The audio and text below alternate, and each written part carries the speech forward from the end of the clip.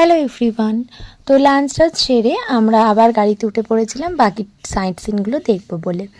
তো রাস্তায় দেখো এই ভেড়াগুলো যাচ্ছিল, কি কিউট লাগছিল। তো আজ আমরা যাচ্ছিলাম ওই পাহাড়ের ওখানে। তো পাহাড়ে ওঠার কথা ছিল আমাদের, তো যেতে একটু লেট হয়ে গেছে।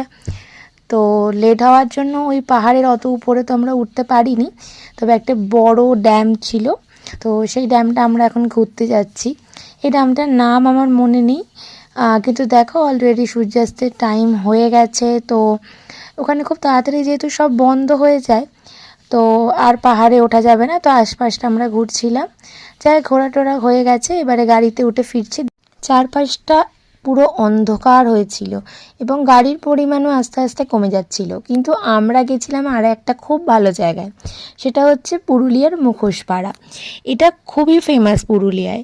তো যারা যাবে পুরুলিয়ায় তারা এইটা অন্তত মিস করো না, কারণ এখানে ওখানকার আর্টিস্টরা এত সুন্দর সুন্দর মুখোশ বানায় এবং এখানে ছৌ নাচেরও মুখোশ পাওয়া যায়। ছোট থেকে অনেক বড় আকৃতির মুখোশগুলো এখানে পাওয়া যায়, তো ভীষণ সুন্দর লাগে। যাই হোক, ওখান থেকে অনেকগুলো মুখোশ টুখোশ কিনে আমরা এবারে ফিরছিলাম আমাদের হোটেলের উদ্দেশ্যে। তো রাস্তাটা দেখো, কোনো গাড়ি নেই, কিচ্ছু নেই, তো আমাদের একটু লেটই হয়েছিল। যাই হোক, হোটেলে এসে গেছি। তো এই ঠান্ডায় চা না খেয়ে থাকা যায় বলো? তো আমি তো আজকের জন্য চাটা খাই, আজকের জন্য এইটুকুই। দেখা হবে নেক্সট ভিডিওতে।